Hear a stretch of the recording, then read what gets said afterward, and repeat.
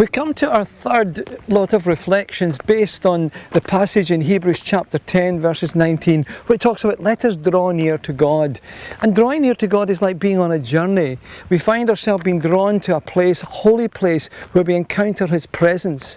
But as we are drawn into God's presence, last week we were thinking about how Jesus is the bridge builder that brings us into God's presence through His blood and the sacrifice and the way of suffering, and how as we engage with communion and with bread and wine, we find ourselves being drawn into the presence of God.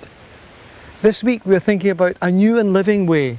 This new and living way continues in this road of suffering, and it speaks as though Christ is like the veil, His body is the veil that is broken, that is torn in two, that's in the temple, that brings us into God's presence through sacrifice and suffering.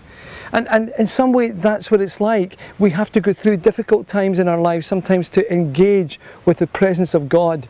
And so this week we're going to be thinking about what it means to walk the way of sacrifice as Christ did and follow His example, but also to pick up the road of service and to be servants and to live the life of service and obedience. So that's the new and living way that we're going to be thinking about this Sunday. Why don't you come along and join us?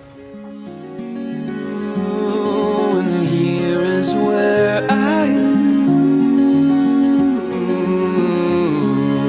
lose myself, and here is where I lose myself.